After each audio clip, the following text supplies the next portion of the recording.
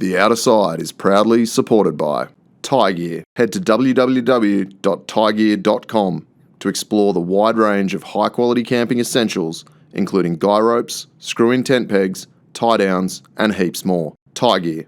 Adventure secured. Dog and Gun Coffee. Check out www.dogandguncoffee.com to grab yourself some bloody good coffee ready for adventure. Welcome to The Outer Side. You may have seen a few weeks ago, depending on whenever this comes out, that Tony put up a post saying that he was going to interview himself for his podcast, and I thought that is not going to happen because, as Robert Pepper, automotive journalist, once said, I am the four-wheel drive voice for the nation. So I've put myself in, and I promise this isn't going to go off the rails. It's going to be a bit more serious because Tony's entrusted me with this, so we're just going to keep it. Just hold on 1 second because this is going to drive me nuts. There we go. Technical difficulty. So, question number one. Why are you gay? No, seriously. Ah, dear. Well, that took about as long as I expected. Married with a kid. Yeah. Next enough. question. All right, so... Sorry, married to a woman with a kid. With a kid. Yeah, well, you've been doing this for 2 seasons. Yeah, now. 12 months. Amazing. Yeah, this will be episode number 50. 50. Yeah. What have you learned? Lots of things about cameras, things that can go wrong with audio equipment, cameras, editing software, lighting. You look at like heaps of people create YouTube content, right? And you go, oh, it can't be that hard. It's pretty hard, eh? Even just, I think it's hard to, it's one thing talking rubbish around a fire with your mate when there's no camera looking at you. Yeah. But I've seen that you've gotten a lot better at it as you went along too. Just holding a conversation with no dead air. Yeah, it's a bit of a challenge. So, like I've done a lot of filming, right? Like with 4-wheel drive 24/7, I shoot heaps of content for GME, like tutorials. But when I'm shooting a tutorial for GME, I'm in a very controlled environment. We've got a studio that I built at GME, so I know where everything is. It's set up to suit the way I film. It's me and the cameraman. I can just keep retaking it. If I say something stupid, or if I muck something up, even I'll deliver something to camera, and the cameraman who I've worked with for like 5 years now, who'll go, oh, there was a bit of a stutter on one of those words. We'll just reshoot it. Do it again. So the end result is quite polished, and people go, oh, how do you do that? It's like, well, we retake it multiple times. Whereas this format, we're outside. We're dealing with different people every time, which can really be a challenge. And also, I try not to edit these. So, it's... You might have to edit this one. Yeah, probably. But, apart from when people go rogue swearing, Ryan Kessel, I don't really edit them. And what I was going for with this show was really like, that campfire style conversation. Something real casual that you can have on in the background and it feels like you're part of the chat. But I suppose the thing I've learnt and my intention with this show was really to spend time having really like real conversations with people. And I often say to people when they ask me about, the show and whether I'm enjoying it, I say the same thing. When in your life do you spend an hour just talking one-on-one to someone with no distractions, no mobile phones, You don't. no one else? You just don't do it, right? No. So what I've learnt is I thought I knew a lot of people really well, and then I sit down with people who I've known for 20 years and I learn stuff about them. Yeah. And I think, in summary, what I've learnt is that there's still a really important place for deep conversations with people. Well, you can see that with Joe Rogan, Chris Williamson, all these podcasts are 3 hours. Yeah, I don't have 3 hours a week to dedicate. And, when I did the season 1 wrap, I asked people what they wanted, and there was a lot of people saying, oh, can you do longer episodes? And I'm like, I got a full-time job, a family, I travel heaps. I don't have the time to do it. Yeah. If I was doing this full-time, sure. You could. Yeah. Also, not everyone has 3 hours to listen to it too. But people like me do, because I'm by myself all day talking to myself. But yeah, an hour can be good too. I think I just listened to a Joe Rogan episode this week with Donnie Brasco. Oh, yeah, yeah. And that's the first time in years I've listened to one start to finish. But it was because I drove to Gundagai back in the day. Yeah. So I was in the car for 12 hours. So, Yep. yeah, it's always a bit of a balancing act. But I feel like an hour is about the sweet spot for having a deep conversation with someone. You get to learn more about them. You can have a bit of back and forth, but it's still somewhat consumable. Yeah, fair enough. I've got some notes here, so I'm just trying to read some questions that you guys submitted. So that's why I'm. Yes. We're just trying to. Lots of questions. It's not going to be smooth, but yeah. Nah, never is. This is to involve your audience too. So some good questions from the audience. So thank you for everyone that took the time to send me a question this week. Yeah. Okay. So we'll get into a couple. Cad's Huntress, who you've interviewed. Yes. Would like to know, do you have a 5-year plan or goal? What would that be? Hi, Khadijah. This was a really good question. I read it and then I thought about how I might answer it, and I still haven't really come up with a suitable answer. Do I have a 5-year plan? Yes. As anyone who's watched the show a lot will know, I've got a young daughter. She's just about to turn 15 months old. My 5-year plan is to spend as much time as I possibly can with her in those formative years.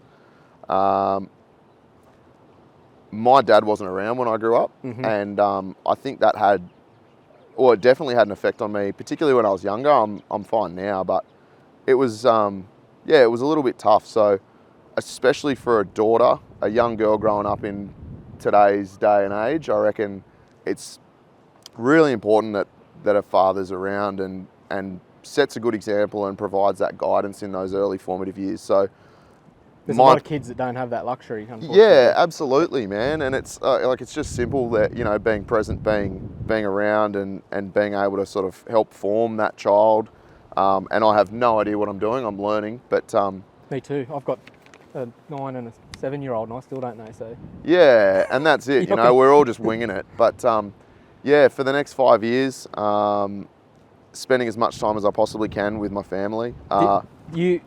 So when you were young, you weren't introduced to this outdoor. Did you do that yourself? No,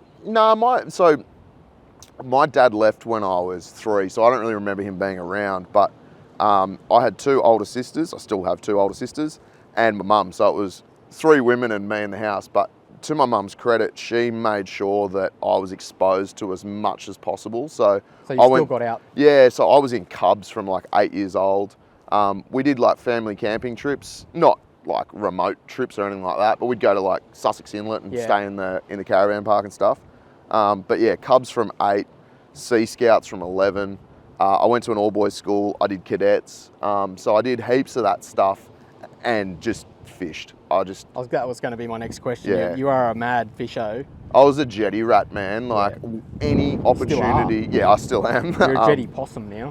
Now I just fish in heaps more dangerous locations like this one. To the point where you've got like meat hung up in your garage in a fridge like some sort of serial killer. Yeah. You're right into it. Yeah, fishing is one of those things that I think it's because, and again, anyone who's watched the show will know I've mentioned many times I've got ADHD, but one of the things that ADHD results in is hyperfocus. So a lot of people with ADHD will get really involved in something and learn as much as they can and make it their entire existence for like a year and then just never do it again. Yeah. And I've definitely gone through a few of those, but fishing is the one constant in my life. It's just stuck. Always been there, hey.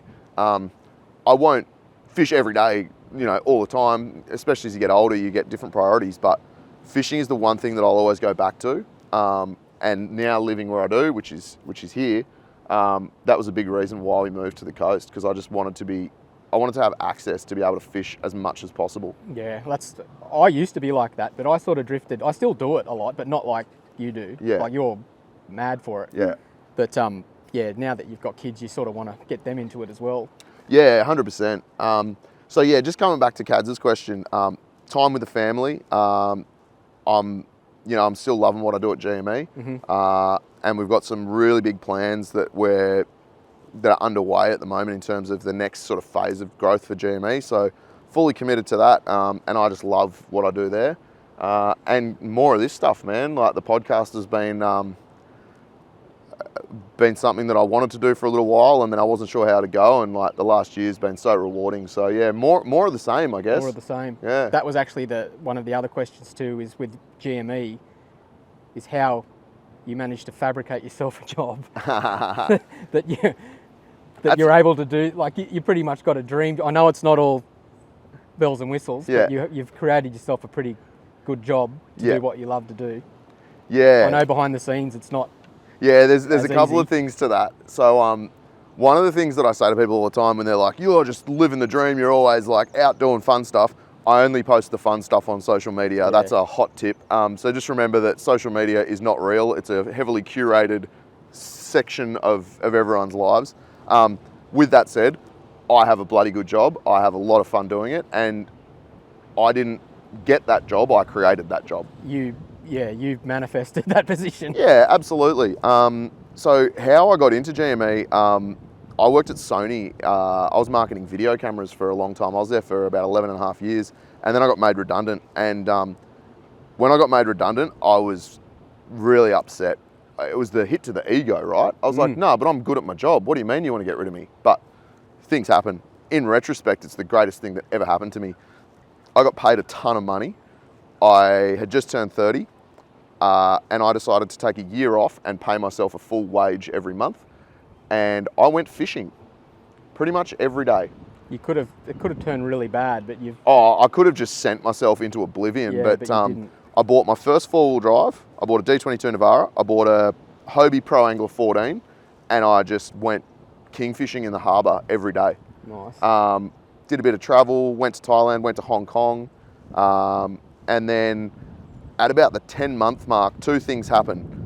One, I started running out of money, and two, I started to get bored. And, you know, you think, I was actually just having this conversation with a mate the other day about like, oh, you know, if you won the lottery, like how good would it be? I'd get bored. I need the mental stimulation and the challenge of work. If I'm off for a day at home, I get the guilt. So. Yeah, and then like you go on holidays for 2 weeks and then you start getting a bit itchy. And I'd worked in marketing for a long time and I wasn't sure if I wanted to keep doing it. I looked at buying a lawn mowing business and went quite far through that process. And then I had this moment of realization that my income was dependent on the weather.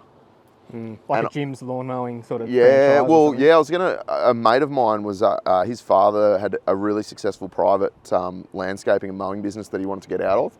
And I was pretty keen to buy it. And then I went, hang on a minute, what if it rains for 2 weeks? I get no income. Oh, well, that's exactly the position that I get myself into. Correct. Yeah, it's not great, I can tell you. Yeah, so, and I looked at all sorts of different things. I did some concierge work for my brother-in-law, just to see what it was like. And ultimately, I realised that I really missed the challenge of marketing, and I love the creative problem solving.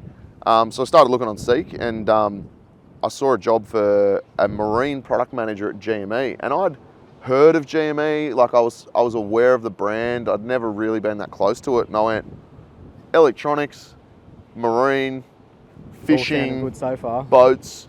Yeah, let's have a crack at this. And so yeah, I applied for the job and went through a really intensive interview process. They interviewed me like 3 times, and by the end of it, I was like, oh man, I really hope they give me this job after all these interviews. And then I guess it was quite sort of poetic. I was sitting on my kayak in Rushcutters Bay, downrigging squid through the moorings for kingfish, and my phone rang, and it was like 7:30 in the morning. I'm like, who's calling me at this time? And I answered it, and it was the recruiter from GME saying, hey, you've got the job. And as something out of a movie. As I was accepting the job, my rod went off, and I was like, "Oi, I got to go. I'll call you back," and just hung up on her.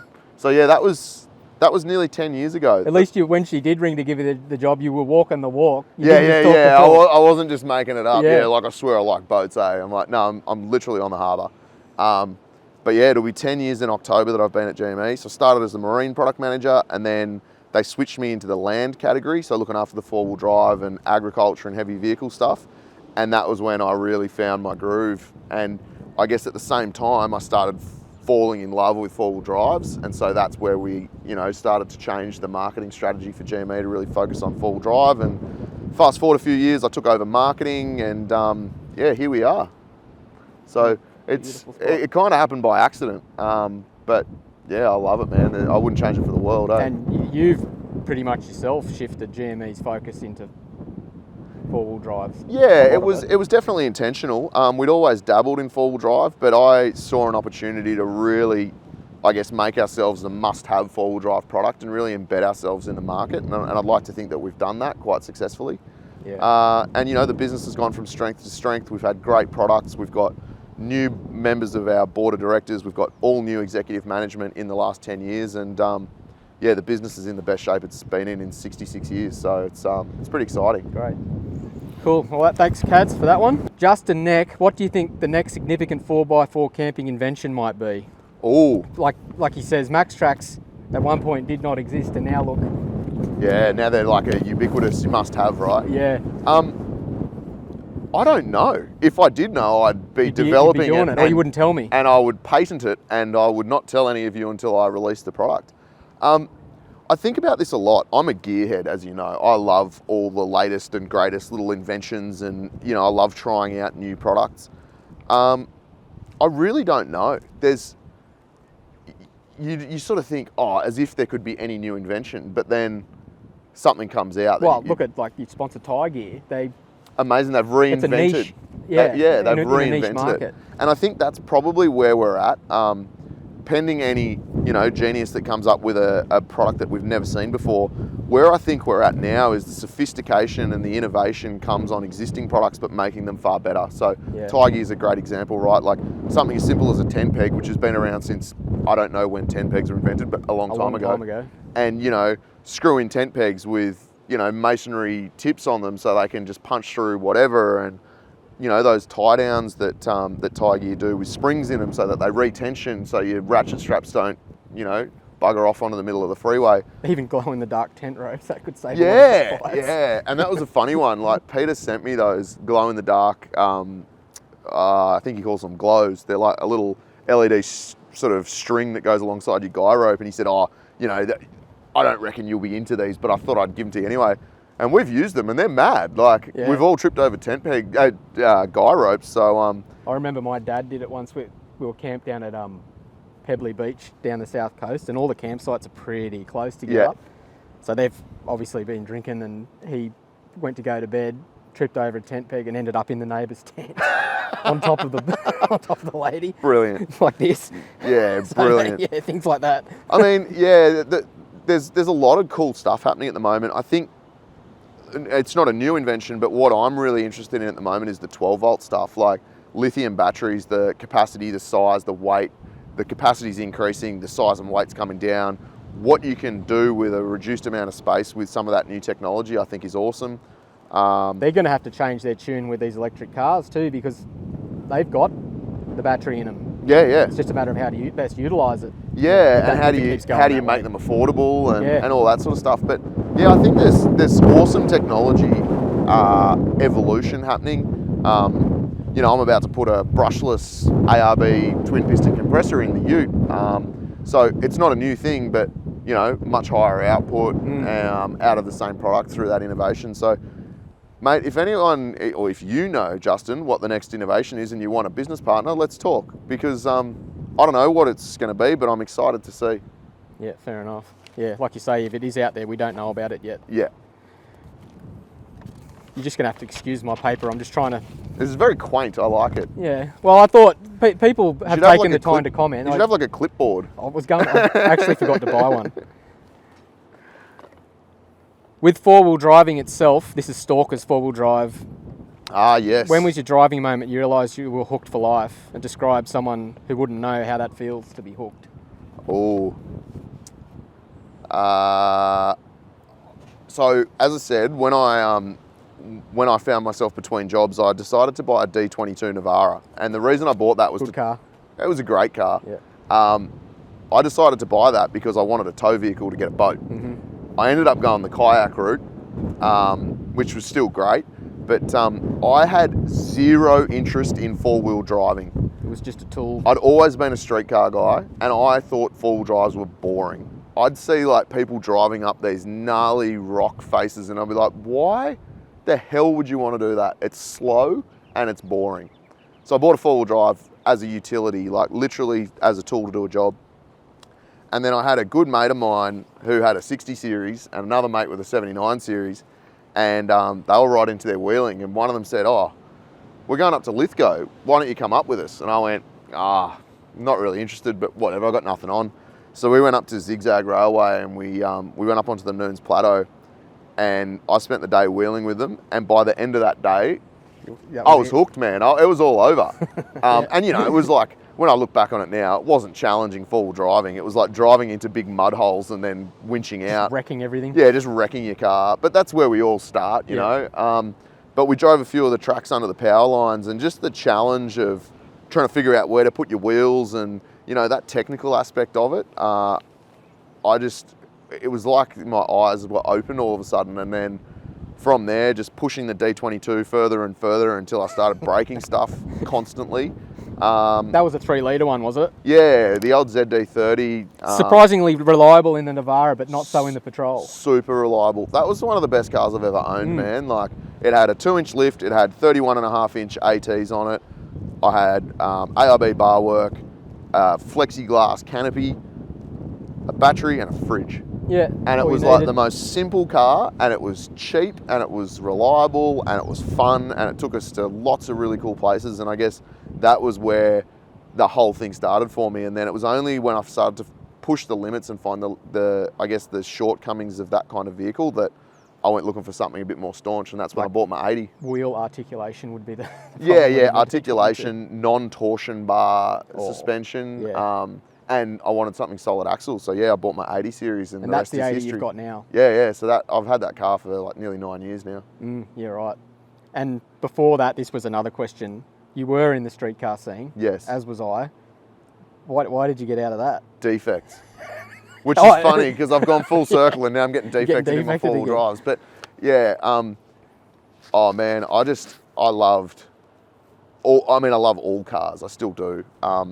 I went to Summernats for the first time in like 1992 as a 7-year-old, and let me tell you, Summernats in 1992 was a pretty wild place. Like, I'd never seen anything like it. My aunt was, or still lives in Canberra, and she was mates with a guy that was building like top 60 elite 57 Chevys and that sort of stuff, and he had a son my age called Craig, and because I was so into cars, they're like, "Why don't you come over? We're working on this car." And I was like helping build this 57 Chev, and it was like this early 90s, so it was like that horrendous aqua, like solid block colour, but over the top. They had Craig and I, because we were little, like, put that bolt in up there, and we were sort of screwing it together, and that was my first experience with cars, and it just snowballed from there, like auto salon, all the sex spec era. Sex spec Civics and things like man, that. I was right into that, and I was at a very young age, but, going to 1996 auto salon, and then the motor show when it used to be on. Oh, and then I love the motor show. Yeah. Drag racing and drift cars, and like just anything with an engine has always fascinated me. But it all started with that Summernats back in the early 90s.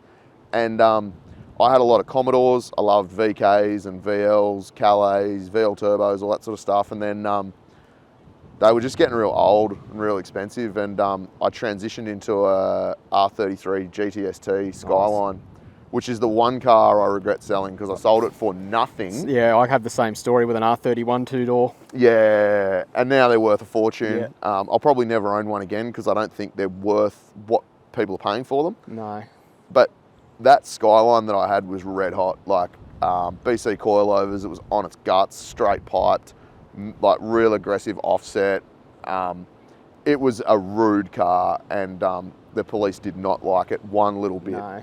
And it got to the point where every time I drove that car, I was getting harassed.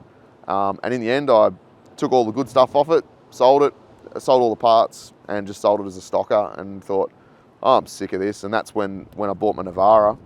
And now I've gone full circle, and now I'm going through engineering to avoid getting defected in four-wheel drives.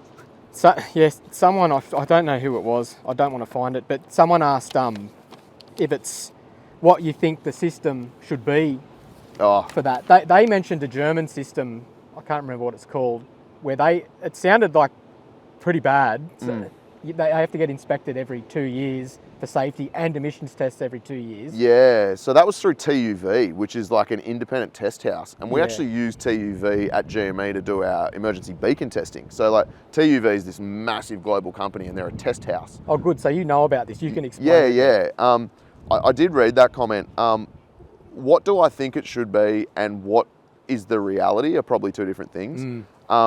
I had a really good conversation with Timmy Westwood, so Timmy Has Heart, about this. And Timmy had a good suggestion, which was give us rec rego. Similar to like the historic rego, where you get a specific registration and it's like the conditional rego in New South Wales, where it's a modified registration. You've got to logbook your car and you get 60 days a year.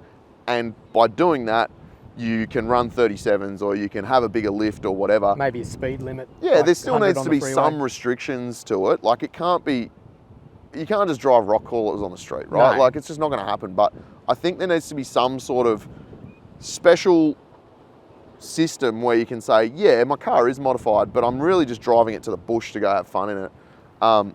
Will that ever happen? Probably not in New South Wales. I think it's just going to get worse, but It's going the other way. It just seems like everyone needs to be driving stock Teslas and then the government will be happy. But yeah, I don't know, man. At the moment, I'm playing the game. I'm going through the engineering process. My 80's engineered, fully legal. The GQ's currently sitting with an engineer at the moment. So you'll play the game, but you can still get defected with an engineer certificate. So that's the where frustrating it's thing, ridiculous, you like, know. what do you want us to do? Yeah. Ultimately, I think we've got to remember that whilst it might seem when you're in the four-wheel drive community that it's massive, as a percentage of the population, we're an absolute minority. We are, yeah. And the general public couldn't care less about having massive tyres on their car or having a big lift. So we're really fighting a losing battle. And I guess the one thing I would say is stop posting stupid shit on the internet. Like, if you want to go have fun, have fun. Like, I was young, we used to street race and do burnouts in industrial areas and all sorts of stuff, but we didn't film any of it. There was a few close calls with telegraph poles that I would put on TikTok. 100%. And you know, like we're all young and we want to have fun at some point, but you don't have to post everything on the internet. And I think the more that you post, you know, no sway bars, lifting wheels going around roundabouts, you're just giving them ammunition. Yeah, it's just evidence. So we sound like silly old bastards. Yeah, I'm an old grumpy man, but like, yeah, go have fun. I don't care. Send me the videos. Just don't post them on the internet. Good plan. That's sort of, yeah. Every time you see it, you think, come on, mate. Yeah, it's like part of me goes, that's pretty cool. And then part of me's like, please stop posting this on TikTok. Yeah, just keep it to yourself. Yeah. Yeah, fair enough. We'll stop being cranky now. Yeah. All right, what else have we got? What's your beard care routine? No one asked me this. No one else wants to know what, and skincare. No one asked me about my skin and beard. Grey pubes stuck to your face. Do you know, let me start by saying, if you're young and single and you're on the prowl, I wouldn't recommend a beard, Because I can count on one hand the number of beard compliments I've had from women in my life. It's all men. It's all men. So if that's what you're into and you want to attract blokes, then grow a mad beard. But if you're single and ready to mingle, wouldn't recommend it. I do very, very little. I'm lucky in that I have very straight hair. I brush it in the morning, and that is it. That's it? That's it. No rubs or... Even I do that. No, I don't do anything. I get a haircut every 2 weeks, and I get my beard trimmed by a barber every 2 weeks. That's it. Just naturally good looking. Just genes, mate. Yeah. Just lucky. Fair enough. There you go. That was a simple one. Okay, Luke Samuels, what's the most interesting thing you've learnt from listening to all the different guests so far, from hunting people, four-wheel drive fanatics, fishing gurus? What's been the most interesting topic or lesson? Wow. You've had so many conversations now. Like, man, it's hard to pin it down. It'd be like close to 60 hours of conversation I've had on the show. Every conversation I've had has been enjoyable. There's not one episode that I can think where I sat there going, oh man, I wish this was over. Maybe this one. Maybe. Give it time. Yeah. There's not really any like one moment that stands out. I've had lots of really, really good conversations. There's an episode that probably does stand out, which was with Indy Priestley, which was quite a while ago. I'd never met Indy before. I just sent her a message on Instagram and said, hey, I like what you're doing. Do you want to catch up? And it just so happened that she was coming through New South Wales. She's the travelling nurse? Yeah, she's like the remote area nurse. Yep. And she had no background in four-wheel drives, hadn't really done any camping, and just decided to get a troopy, kit it out, and go travelling and be a remote area nurse. And brave. She was a young girl travelling by herself, no mechanical knowledge, nothing. And like that conversation with her, I just went, man, like so inspirational. Yeah. I think back to that all the time and just, yeah, what an inspirational thing for a young girl to just decide to do. I think it's awesome. Yeah, as I said, it's brave to just go off 100%, by yourself. Yeah. What do we got? Sorry. Was that at Haynes? Yeah, it is. Ooh. I just saw it come across here and distracted me for a second. No, that's all right. Yeah, no, that's pretty amazing to just pack up and do that. Yeah, and at the same time do something as selfless as being a remote area community nurse and dealing with some pretty horrendous stuff. Like some of the stuff that she told me, I can't remember if it was on camera or off, to be honest, but yeah, she had some pretty horrific experiences, some pretty confronting stuff in some of those remote Aboriginal communities, and yeah, just really inspirational. We drove through a couple when we were up north. It's pretty grim, some of it. Yeah. Anyway. And you'd see the worst of it, but just such a selfless pursuit to dedicate your life to helping people that you don't know. I think, yeah, good on her. That's good. All right. Here's one that I've been involved in too. Did you ever think the petition you set up would get so many signatures and help create such a stir when it came to public land access? You did cause the stir, that's for sure. I did cause the stir. I think you're probably on Penny's hit list. Yeah, she did clock me when we were in Parliament, eh? Yeah. Look, without sounding arrogant, did I think it would go as well as it did? Yeah. I was pretty confident. You know, I work in marketing. My job is to get people to see things and feel something. So I used a little bit of that experience, and you know, you and I spoke about it quite a lot before we kicked the petition off. There was definitely a plan. Did I expect 1.5 million people to watch the video of me ranting in front of a gate? That original video, No. yeah, it went off. And something that probably no one knows is I shot that on Boxing Day. So I was actually at my mother-in-law's place having family lunch, and I just said, oh, I got to go, and just ducked off up the road to... Didn't take you long to find a lock gate? No, it definitely didn't take me long. But yeah, I just ducked off and shot that video. I didn't expect it to go as viral as it did. Did I think we could get 20,000 signatures? Yeah. I reckon we could have got a lot more if the website didn't conveniently crash when we were getting 5,000 signatures a day. That was a bit sus. It was sus. But yeah, I think it was the right place, right time. I knew that the community was fed up, and the community is still fed up with the way that things are going. And yeah, so look, I'm pleasantly surprised that everyone got behind it. I think we could have done more. Yeah, I agree. As a community, I think there's a few people that have very large social media followings that potentially could have done a little bit to help us instead of just remaining silent. But it's hard to get people to make that next step too, just normal people. They'll like 1.5 million will watch that video and comment and that, but to take that step of going and signing a petition that takes 1 minute, a lot of people can't get that next step, which is sad. But I've sort of said this to a few people when they've asked me how I feel about it, because okay, so let's just do some quick math, right? 1.5 million people saw the video. Let's say 50% of them disagreed with it. Cool. That leaves 750,000 people. Let's say 10% of them were in New South Wales. So that's 75,000 people, and we got 27,000 signatures. So when you look at it like that, it's pretty damn good. When I look at my analytics, I know that much more than 10% of my audience is in New South Wales. So I go, well, you watched it, you might have shared it, you might have commented on it. Did you click the link and did you actually put your details in? Maybe, but yeah, it's frustrating. And I guess now's probably a good time to mention it. The result was that we wanted an inquiry into national parks. What's come out of it is an inquiry into public land in New South Wales. And by the time this episode comes out, the opportunity for public submissions will have closed. It closes on the 1st of August. This will come out a little bit after that. I really hope people have taken the time to make submissions. Yeah, well, we'll probably be getting online and asking people to do it. Absolutely. And you would have already seen us do that. Absolutely. What's great is I've had a number of organisations reach out to me and share their submissions. Forestry Workers of Australia have put together an amazing submission. It's like a 12-page document with heaps of scientific data around the benefits of native hardwood logging in state forests. I've had a number of different organisations. Australian Recreation Union have put together a really solid submission.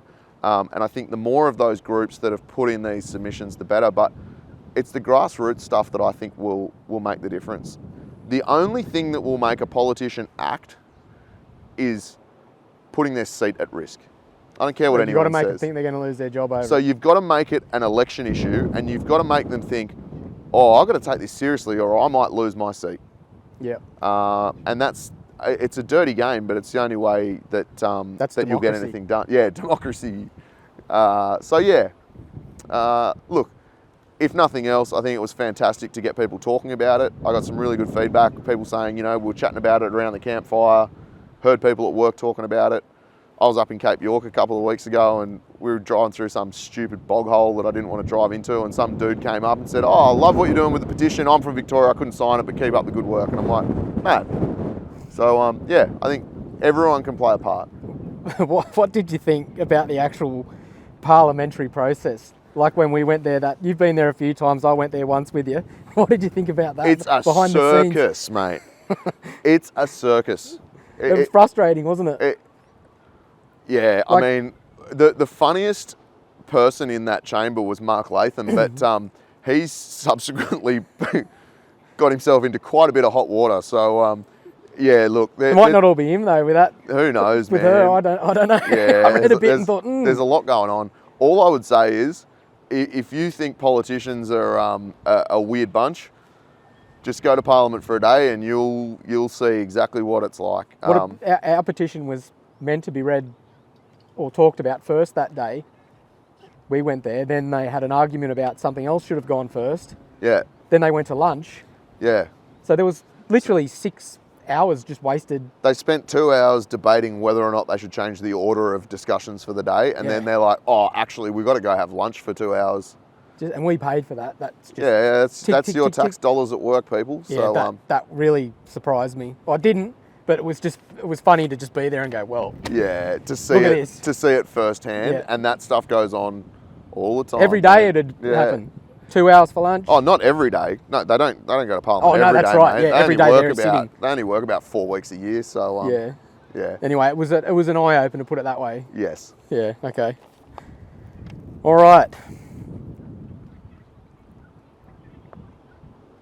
Well, we already sort of talked about this. Jack Crombie 99. My question is, how many more places can they close before everyone starts going anywhere and disregarding the rules? That's the answer to that is all of them. They will close all of it. In the recent discussion I had with Mark Banasiak from Shooters, Fishers, Farmers Party, he said that Penny Sharp, the Environment Minister, had just straight up told him their plan is to transfer 6 state forests per year to national parks in New South Wales. This is in pursuit of the 30-30 agenda and pleasing the Greens, ultimately. Which is not a conspiracy theory. No, it's not a conspiracy theory, it's real. Yeah, it's you real. can go and look it up. Yeah, Tanya Plibersek signed us up to it. Thanks again, champion. No public consultation, no state government consultation, which was very interesting. Mark, when I asked him about that, said, no, they didn't talk to the states, they just signed it. They will close all of it. In regards to at what point does everyone go rogue and just go there anyway, I can't endorse that. What I will say though is, please stop talking about cutting gates on the internet, people. I'm not directing this at the bloke who asked the question, but talking about using grinders to cut gates, like, if you want to do that, I'm not going to stop you, but just stop writing it on the internet. Again, it just gives ammunition to the Greens. Yeah. But yeah, look, it's the future of four-wheel driving in this country. I see, if you want to go technical wheeling, it might be four-wheel drive parks. And if you want to go remote area touring, we'll probably be paying Aboriginal land councils for the pleasure. That's honestly how I see it going. National parks, forget it. It's not, all hope is not lost though, because in America they've had a huge stink kick up about they're selling their public land. Yeah, and that got shut down. It did, Yeah. because enough big people over there, like Joe Rogan was in on it, and the Meat Eater podcast, all those guys, they quelled it. So it can. And that was even worse in some respects, because they were talking about selling it off like for commercial purposes, to developers. But they were talking about millions of acres of public land over there, and the community just... They jacked up enough. Yeah, man, the community banded together and everyone was talking about it, and they did a really good job. And that senator, I can't remember his name, it was Mike something, I think. He just went, actually don't worry about it, we just won't do that. Because his job was on the line, yeah. All is not lost. We've still got state forests for the time being. And I think what we need to do as a community is utilise state forests and respect them. Clean up after yourself. Clean up after yourself. Take your rubbish sense with you. Don't shit in the middle of a track. Don't chop down live trees. All the basic stuff we're all sick of saying. But use state forests and appreciate the access that we have in New South Wales while we've got it. And probably post about it. Yeah, talk about it. There's some really good initiatives. A few of my mates in the hunting community got together on Clean Up Australia Day and organised cleanups in various state forests that they frequently hunt in.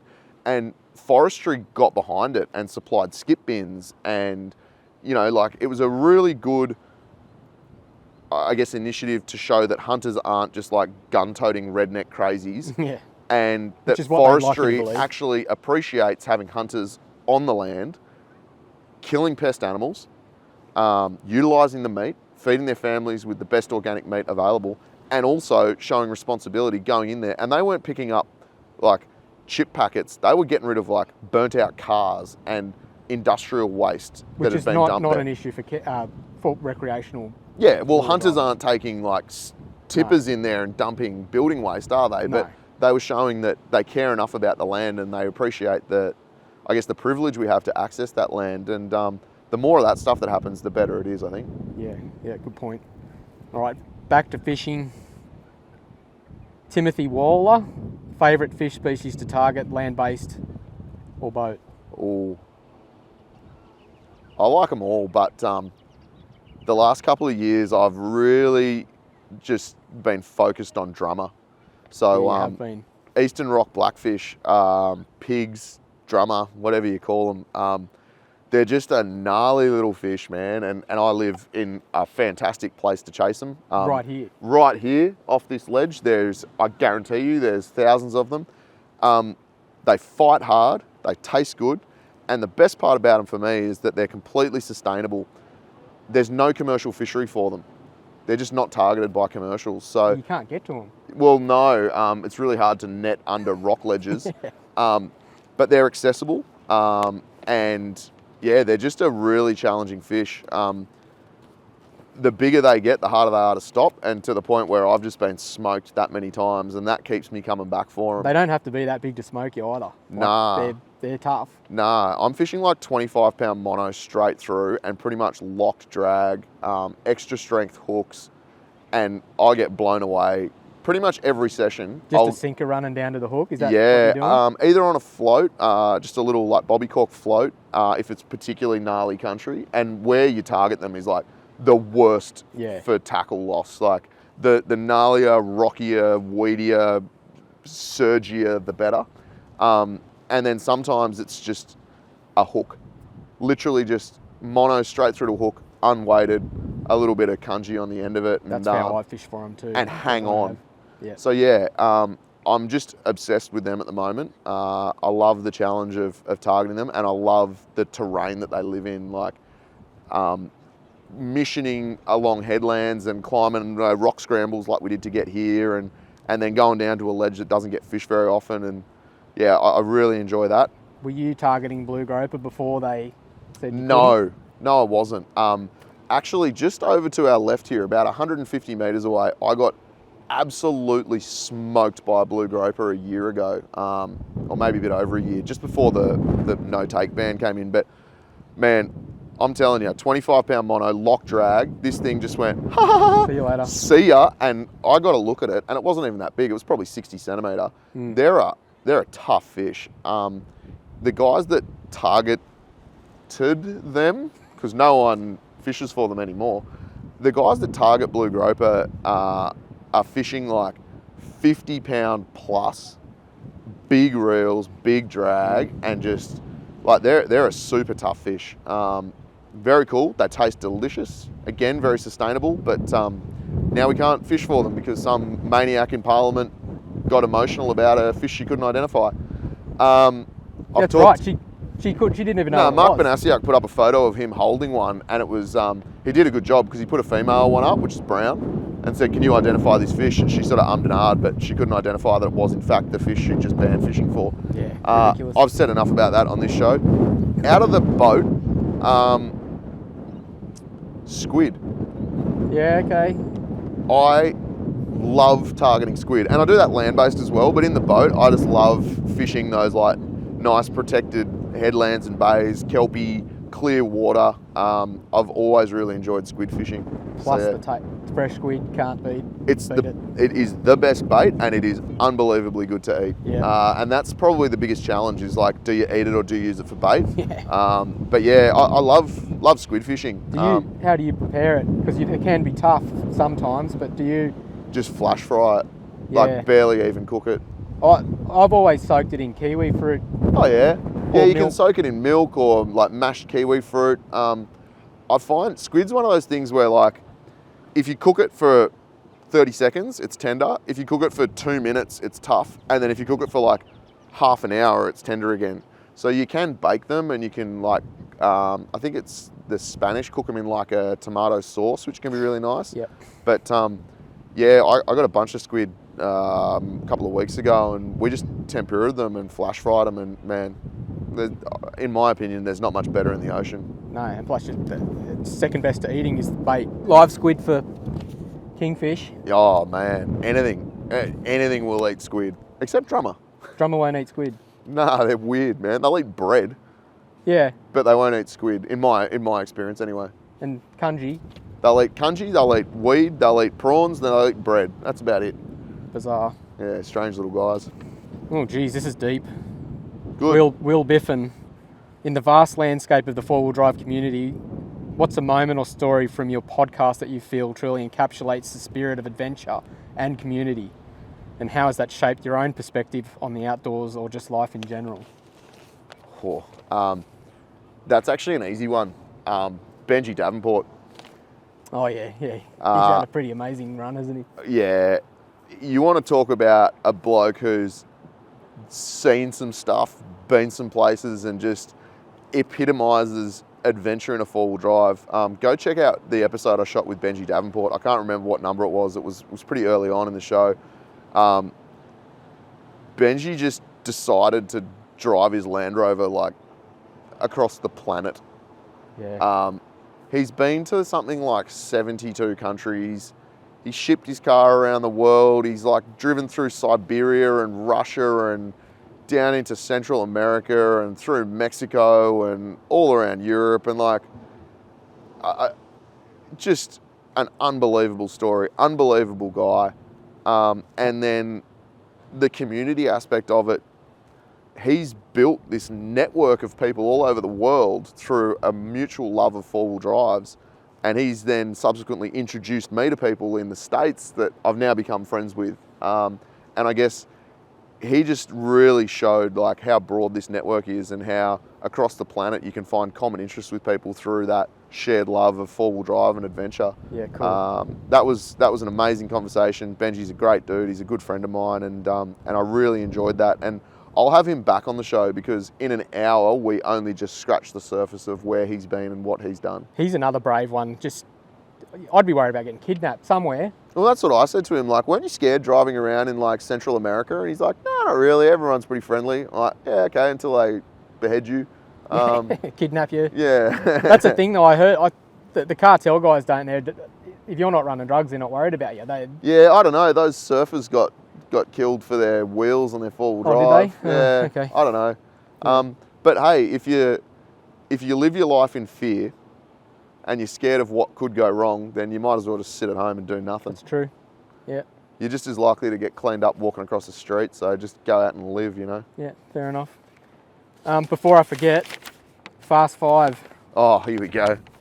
Don't worry, it's not that bad. We started with why am I gay, so it can't get much worse. Who's your favourite? Who's your interview?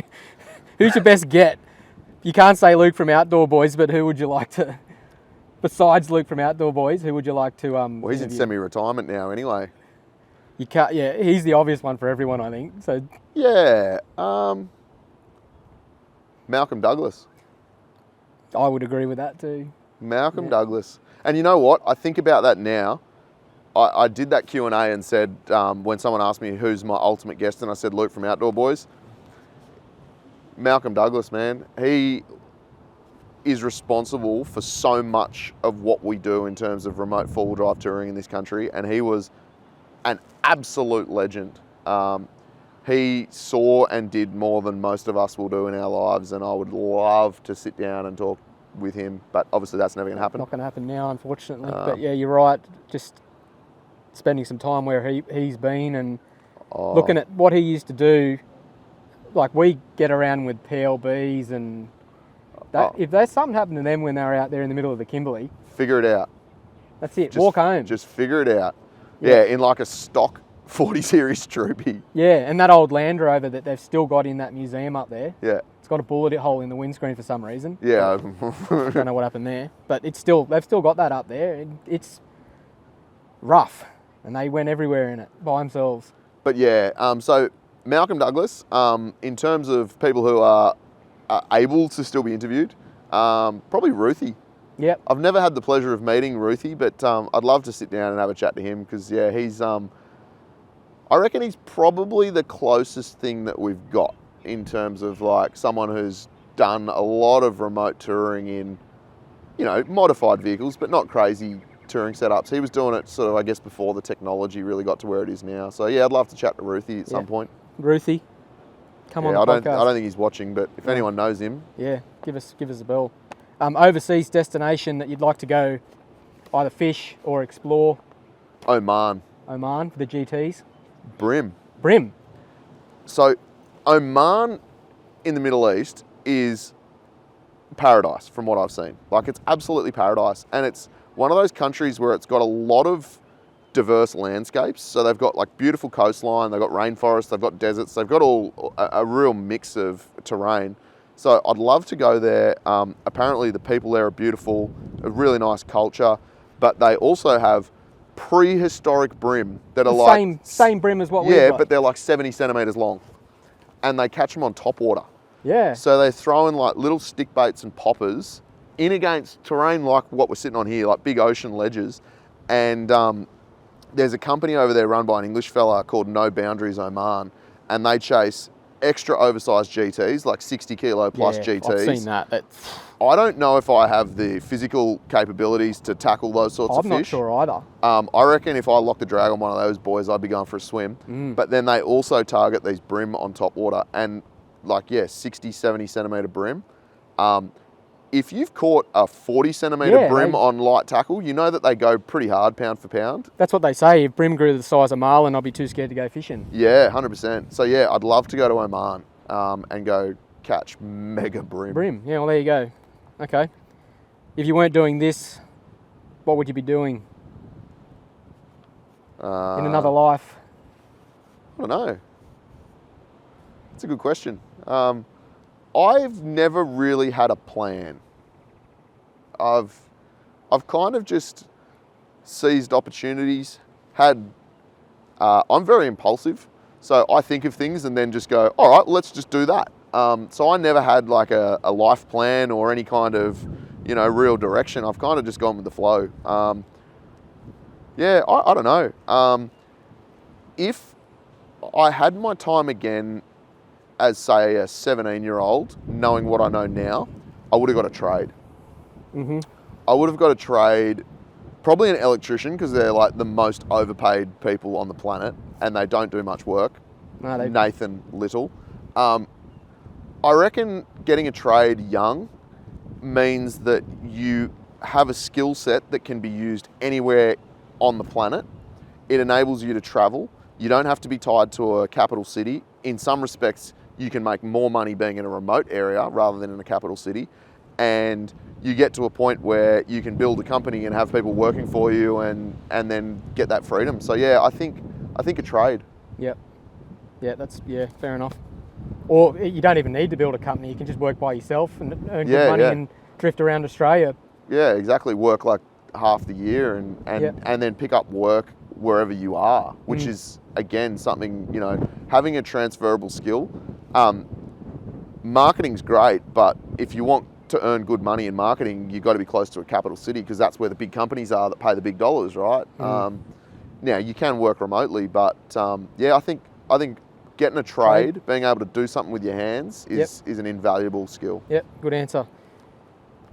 Caravan life. Do you ever think you will graduate to a van? Probably. I've always said no, but... Yeah, I mean, I always said no too, but now I've got a kid, so... Your arm's being bent.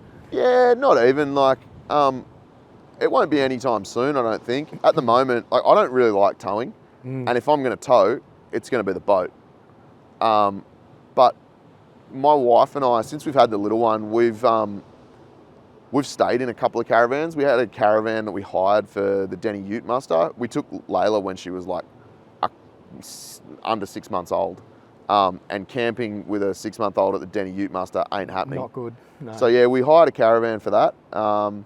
It was okay. And I've stayed in a couple of mates' caravans on their properties. For me, the beauty of camping and like remote touring is getting down and dirty. I love sleeping in a swag. Yeah, I like sleeping in a tent. A caravan with aircon and heating and Starlink and microwaves, and it's like, I'd rather just stay in an Airbnb if I'm going to do that. But I see the appeal, particularly traveling with children.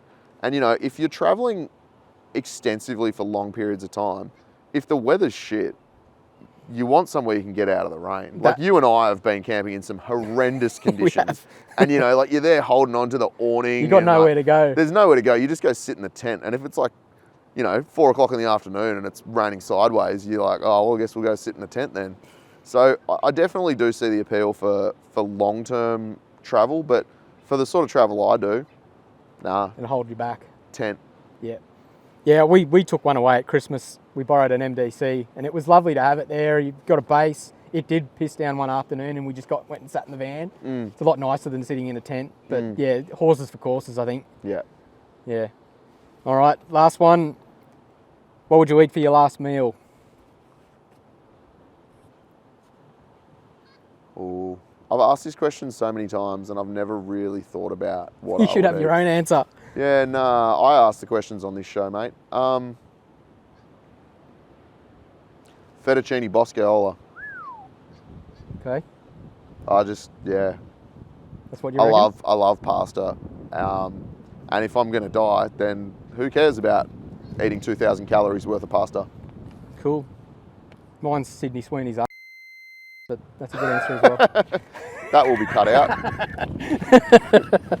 Far out. Family show, Blair. You can cut that one out. Okay. We're probably getting to the end now, are we? There's some pretty deep ones coming out. Yeah, good. You've spoken about not drinking alcohol. Is that completely? If so, how did you find on the trip to Cape York sitting around the fire, which is, as you know, a place where everyone's drinking a beer? Yep. Did you find that hard not to do in that space? So yeah, I decided to stop drinking about 8 months ago. I've had an interesting relationship with alcohol my whole life, really. I started drinking pretty young when I was like 14, just, you know, sneaking alcohol, stealing it from my mum and stuff. Just carrying on being a little rascal as you do. I guess in Australia, we've got such a drinking culture, right? Like, and when you meet people from overseas, they're like, oh, Aussies are pissheads, right?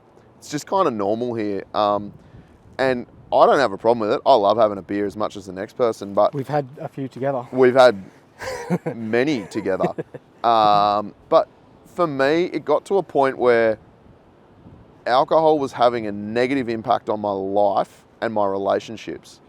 And I'd also just had my first child 6 months earlier. So there was a couple of things that all kind of happened at once, and I just decided that I was going to have a break from drinking. I'd had a couple of hectic months of travel, which again, you know, we'd just done a 2-week trip or 3-week trip to Tassie, and like we were on it the whole time. Lots of good breweries in Tassie, and I was sick of being hungover. And I got back and I went, I think I've had enough of this. I need a break. And I actually sat down with a mate of mine, Mitchy Duncan from the Mad Rig, and we shot a podcast in my shed. And he'd given up drinking entirely, like maybe 18 months earlier. And I said to him, hey, I'm thinking about having a break from drinking, hey, like I'm a bit over it. And he said, write a list of pros and cons. And I sat there for a minute, and there weren't any pros. Yep. But there was a lot of cons. So I decided that I would stop drinking for a period of time, and I didn't put a time frame on it. I just went, I just won't drink for a bit. It's now been 8 months. 8 months, yeah. And I don't know if I'll ever drink alcohol again. If you choose to, I couldn't care less. You and I have been camping. You drink beers, I don't. I don't miss out on anything. As long as people are silly about trying to pressure people to drink too. Yeah, and that's like a weird thing. I've had a few mates who are like sort of going, oh, you know, have a beer. And I'm like, nah, it's not because I can't. Like I could go to the bottle-o now and get a beer. Yeah, you just don't. But I just don't want to. And the longer the time goes since I've had anything to drink, the more I don't miss it. And I wasn't really sure how that would go. But at the moment, it's, the positives outweigh the negatives of not drinking. And the main thing for me was around my daughter. I didn't want her to grow up with me setting a bad example in terms of, you know, binge drinking, getting maggot with the boys out in the backyard and carrying on. I don't, when I was drinking, I would very rarely have one beer. No. You know, I've always taken breaks, so I'd take like a month off here and there, give my body a break. I did 100 days off once just to see if I could do it. And so, you know, I've never had problems stopping and starting drinking, but if I'm drinking, I'm drinking. And, you know, you and I have got stuck in a few times, and I just didn't want to set that example to my daughter. I want her to grow up healthy and enjoying the outdoors and, you know, being focused on fitness and you know, looking after yourself. Not getting shit-faced every weekend. Yeah, and like, don't get me wrong, I had heaps of fun getting shit-faced, but at this point in my life, I guess I'd just rather spend my time, effort and energy on other things. And let me tell you, not being hungover is mad. Yeah, not being anxious over stupid shit. Yeah, worrying what you said because, you know, I don't really remember what happened last night. And just generally anxious too. Like anxiety. People who drink a lot get a lot of anxiety just from... Yeah, and it's like it's a spiral, right? Like you get anxious, so then you drink to take the edge off the anxiety, and it makes you more anxious. But look, I'm absolutely not going to tell anyone what they should or shouldn't be doing. I don't judge anyone. Like, it's your life. You do whatever you want to do. It's been good to you in terms of weight loss. You've lost a heavy I lost like 12 kilos. Just from stopping drinking. Yeah, and I eat like a demon. I eat anything and everything and in large volumes. And, you know, but there's other things. So not drinking and not being hungover means on the weekends, I'm up early and I come down here and walk a K along the beach flicking lures. I was worried about how the trips with the boys would go because, like, beers are had on those trips. I've done a number of trips now, extended four-wheel driving trips with the boys, not drinking. I'm not the odd one out though. There's a few of those boys that don't drink at all. Yep. But the Cape York trip was an interesting one. So we were up there for a bit over 3 weeks. I had the fattest time. I was hanging out with the boys. They were getting on it. I wasn't. It'd get to a point where everyone starts talking absolute rubbish and I'd go to bed. And then I'd get up early and go hunting. while they were all still asleep. Or I'd go walk down a creek flicking lures and then come back and they're all dragging themselves out of bed. I've already had 3 coffees, breakfast. You're ready to go. Shot a pig, caught a barra. Like, you know, I was having these mad experiences and just wandering around the Cape by myself, enjoying everything that was on offer. And not to say that they didn't, but yeah, I guess it's a priority thing for me. So will I ever have alcohol again? Maybe, but not anytime soon. At the moment, I don't reckon. you don't? No, I'm really happy with where I'm at. Yeah, awesome. All right. Nathan Bad179 has asked a question. Don't worry about that one.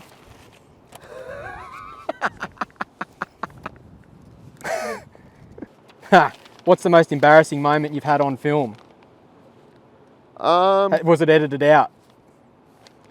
Oh, probably. I don't really get embarrassed, eh? I guess whoever asked that question's asking like about 4-wheel driving stuff. John Terheed. I'm assuming you're talking about 4-wheel drive 24/7.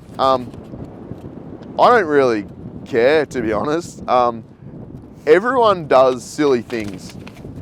I do silly things on a YouTube channel that gets watched by 1.3 million people.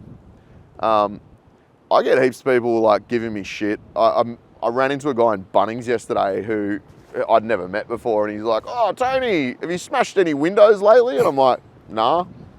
I don't really care what happens, eh? It's all part of the fun. I guess it's easy for people in the comment sections of YouTube videos and on Instagram or wherever else to put shit on people they've never met. My sort of response to that is like, all right, champion, why don't you film everything you do and put it on the internet and we can all critique you? Armchair experts, yeah. Yeah. Definitely. Yeah, things happen. I'm not an expert. I've had no formal driver training. I don't think I'm a particularly good driver. I'm definitely not a full driving expert. I didn't grow up doing it. You don't profess to be though. No. You're just getting out there and having a go. I'm having a crack and like shit goes wrong. You're lucky you didn't cop that hook in the face that day. Yeah, I'm lucky I didn't die. But you know, like I do silly things. I get the car stuck in rivers and, you know, whatever. I don't care. It's all part of the adventure. So look, I don't really get embarrassed, man. Well, you'd have to have a tough skin. Just being online like I've got a bit of a profile as well, not a huge one, but the shit you get in DMs, people are happy to rag on you. You've just got to, if you're not the type of person that can take it, you shouldn't be on the internet. Yeah, absolutely. I had a really funny one just this week. One of my, I put a video up, like a short from a podcast I shot in America with Aidan Stott from Long Range America, and I was just saying like, hey Toyota, you should re-release the 80 series with an FTE auto in it. Oh my God. And that's gone like kind of viral. It's had like 500,000 views, and it's randomly found its way into Africa in the last week. So I'm getting all these like comments from dudes in like the Congo and Zimbabwe and like Nigeria, and yeah, it's really weird how the internet algorithm works. But then I just got this comment, like, I think it was 2 days ago, and this dude's like, "You're a homo." Very mature. And I'm like, you took time out of your life to watch this video, and all you took away from it was to call me a homo. And I'm like, I hope you feel better about yourself, because I don't care what you think. There must be something wrong with people that I think so. I don't know. Take the time to write a negative. I always think that if you get on and have the time to write a negative comment on a YouTube video, yeah, how's your life going, bro? Yeah, and I guess like on the 4-wheel drive 24/7 thing, I always find it interesting when I have a flick through the comments, and you can't read them all because there's thousands of comments on every video, but like there's a portion of the audience that just loves to hate the show, and they'll put shit on Shauno and say he doesn't know how to drive. They'll say how much they hate Jock, or that Tony guy's a flog, or, you know, all the gear, no idea, or you're tearing up tracks. And I'm like, you guys are watching it though. Hate watching. So you're watching it, but you hate it, but you don't hate it, but you want to tell the community that you hate it, but no one cares, because like it's a really bizarre mindset. And personally, I don't have the time to write negative comments on the internet. I've got other things I'd rather be doing. That Like putting shit on you. everybody does that a bit. But as I said, you've got to be able to. If you can hand Yeah. it out, you got to be able to take it. Yeah, absolutely. And like, you know, you take the piss out of me all the time and it's hilarious and like good on you. I don't care about that. If it's your mates having good banter, then bring it on. But just strangers insulting strangers on the internet, I find really bizarre. I just don't get why, like, just don't watch it. Yeah, there's so much content on the internet. There is You don't have to watch it. You could not watch all of the content on YouTube if you tried, and there's more being uploaded every second. Just don't watch it. Yeah, like I don't particularly like a lot of this content where people are yelling the whole episode. Yeah. I don't get on and complain about it. I just don't watch it. Yeah. And it's so easy to manipulate the algorithm to get it to show you what you want to watch. Like, just don't click on it and don't write negative comments. Also, one other thing, just on the negative comments, if you hate someone and you want to see them fail, just understand that the algorithm really favors negative comments because they know that it gets people firing. So the more negative comments you write on people's content, the more it propagates and shows it to other people. So you're actually helping them. You remember that? I'll have to start writing negative comments on my own shit. Yeah, absolutely, on burner accounts. It was funny. I was being a bit negative about a YouTube channel the other day. It was just a live stream of Sydney Airport. I'm going, who are these nerds live streaming the planes taking off? Anyway, an hour later, I'm sitting there watching the planes take off, aren't I? Yeah, see, I had a touch of the airplane-tism. Yeah, and look, I guess that's the whole thing, right? Like, we're so lucky that we live in the time that we do, where there's endless content. Anything that you possibly can imagine, there is video content of, and a lot of it's really good quality. So if you're into steam trains, go watch steam train content. Yeah. If, you know, whatever, just do stuff that makes you happy, that don't watch stuff that makes you angry. Yeah, exactly. Anyway, probably the last one. I thought this about you too, because you are away a lot. Yeah. How do you deal with being away from your family for extended periods and the head noise around that? It's probably the hardest part of... Particularly since you've had a daughter. Yeah, definitely. That was Dave Mack. It's the hardest part of the lifestyle that I've chosen to live. Yeah, it's hard. I suppose having Starlink, I don't know, your daughter's probably not old enough yet, but when I've been away, I just get on and FaceTime, and that's made it a lot easier. When we're up the Cape, I did a bit of that, like, you know, a bit of FaceTime on Starlink helps. It's really hard on my wife. Yeah. It's super hard on my wife, me being away so much, particularly since we've had our daughter. I was away for like over 4 months last year in total. This year's shaping up to be a bit more than that. It is absolutely challenging. It's also really hard when I'm like, my job is fun. So when I'm going away for work, but it's a four-wheel drive trip, my missus wants to be there. Because she enjoys four-wheel driving. She enjoys four-wheel driving and camping and exploring and all that stuff as well. So there's a bit of FOMO there for her. It obviously puts an extreme amount of pressure on her dealing with a young baby by herself, 24 hours a day, 7 days a week. Especially when they get sick or something like that. Yeah, and every time I go away, she gets sick. So look, it's hard. How do I deal with it? I try and make the most of the time that I have at home. And I guess long term, I probably can't sustain the level of travel that I'm doing at the moment forever. It's too hard. And I don't want to be away so much because you miss all those little moments. Yesterday afternoon, we came down here to the beach. We brought the dog. We just hung out on the beach for an hour. We didn't even really talk. We were just hanging out. It's that stuff that I miss when I'm away.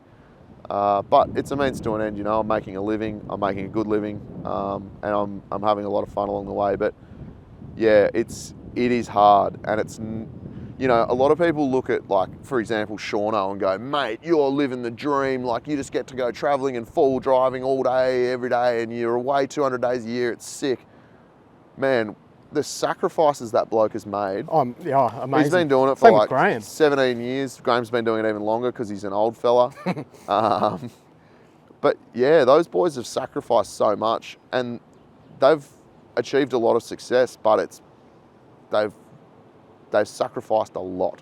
Yeah, I saw someone having a go at Shauno when he put up a picture of his bloody new Holden that he had. Oh, the Monaro, yeah. They were jealous of that. Like, what are you doing? The bloke works Yeah, so hard. that bloke has worked so bloody hard, has sacrificed so much, and he's had success. Like, don't hate him. No. Like, try and learn from it. Yeah, have a crack exactly.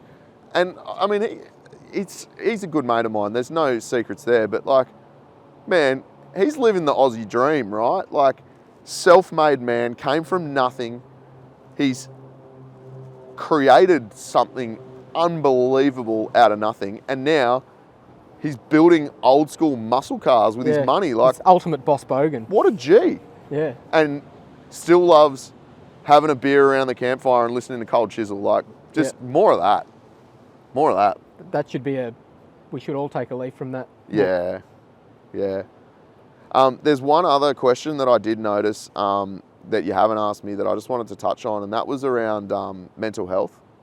So one of you guys asked why I'm, I guess, like an ambassador for mental health, and I wouldn't call myself that, but the reason why I bring it up quite a lot is it's something that's really close to my heart. I lost a couple of mates in my late teens to they took their own lives, which was, really, really challenging. When you're like 18, 19, life's hard enough figuring out what the hell's going on and hormones and God knows what else. And that happening rocked me and really, like I still think about both of them all the time. And I've also lost a number of mates to drugs. So I've had a few friends die of heroin overdoses over the years. And the reason that they were taking drugs in the first place, who knows? But, obviously there was something missing in their lives or they were chasing something. So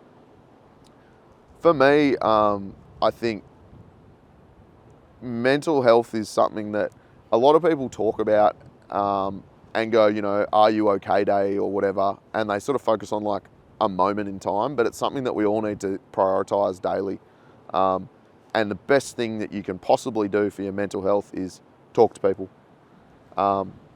Talk to your mates, talk to your family, just have a conversation with a stranger at the coffee shop. You do that weekly walk? Yeah, so I do, just over there actually, there's my neighbour actually, who's had his own mental health struggles, started a thing up in the Blue Mountains a couple of years ago called Walk It Off. He was having a particularly tough time due to a separation and, was into, I won't tell his story, but, was doing a lot of, I guess, really self-destructive things. And he decided, he had a moment where he was considering ending his life and he went, nah, I just need to talk to someone about this. But talking to mental health professionals can be frustrating. A lot of psychiatrists in particular will immediately recommend pharmaceutical drugs, which I'm not a mental health professional, but I've seen what that can do to people, and that's not always a better solution. So he started a men's only mental health walk. So every Wednesday night, anyone from the community rocks up, they go for a 4K walk and they just talk. Always in the same spot? Yeah, so that one's up in Springwood. That's the original walk. And then Phil, who started it with a couple of other boys, he moved up here to the coast, so he started one in Terrigal.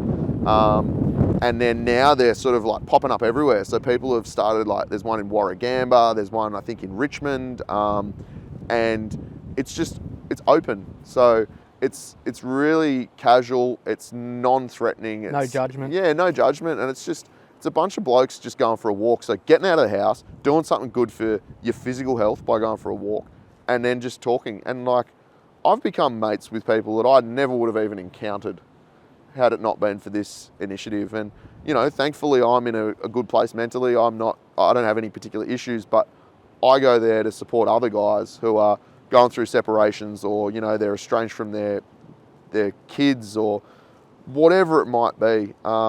And good maintenance for you too. Just checking in with people and forcing yourself to get up off the couch and stop watching, doom scrolling. Yeah, doom scrolling and watching like little Mexican kids ride pigs on Instagram, which is something I What's seem wrong to be with doing that? all the time now. But yeah, so look, in answer to your question, it's something that I'm really passionate about. I don't want to lose any more mates. and it affects men far more than women. The data's there. And I'll just give a shout out to Lucinda from Saving True Blues. She's created an amazing thing there, focused on the four-wheel driving camping community. And she runs events where you can go along and they have like driving events and they camp out, and it's got that undertone of looking after your mental health. So yeah, there's some really good initiatives out there. So are they on Instagram? True Blues? Saving True Blues. So check that out. Yep. They're doing really good stuff. There's heaps of good organisations, lots of grassroots groups doing good stuff. So yeah, and if you're feeling shit, just talk to someone, please, because it'll never get better if you're not here anymore. And you won't do any good for the people around you. Nah, if you're not here. Nah, the people that you care about will suffer forever as a result. Excellent. All right. I should ask Nathan's question, but I can't find it. Nathan's just done a new build, a 79. Another 79, So the same as his last one. If you want to look at it, just type in Sandy79 on Instagram and just look at any of those photos and it'll be like one of them. Yeah, they all look the same, right? All good? I do remember Nathan's question. You've got it? I'll do a quick one. I didn't want to feed through it. Nah, so Nathan's question was there a pivotal moment in my life or a moment in time that has shaped my future? And yes, absolutely. So when I was working at Sony, I worked there just because I needed a job. And then I was working in sales and I was like doing customer service stuff and I didn't really care. It was just money. And my boss at the time, Antoinette Elkris, who's an absolute G, and I've lost contact with her, but man, I love that woman and I always will. She said to me, "What are you gonna do with your life?" And I was like, "I don't know, man. I don't care. Like, whatever." I was in my early 20s. A boss asked you this? Yeah, and she's like, "What are you doing?" And I said, "I don't know, man. Like, just living." And she goes, "But what do you want to do with your career?" I said, I don't know. I don't care." And she said, "You're too smart to be doing what you're doing. You're wasted." And I was in her team. So this is really like, for a boss to say that, yeah, that's she said, big. "You're one of my best employees, but you're wasted here. What are you going to do?" And she said, "What about marketing?" And I was like, "Marketing? That airy-fairy crap over there. Like, I'm not a marketing guy." And she went, "I reckon you'd be really good at it, eh?" And one of the product managers at Sony, her marketing assistant went on like 3 weeks extended leave and she had a product launch coming up and she's like, "I just need help." And my boss said, "Hey, Tony, why don't you go work for her for 3 weeks?" And I was like, "Oh, if I have to." Mate, I had so much fun in that 3 weeks and I was like, "Oh, I really like this stuff." But what an awesome boss to do that. Yeah, man, absolute G. She was a fantastic woman and one of the best leaders that I've ever worked under.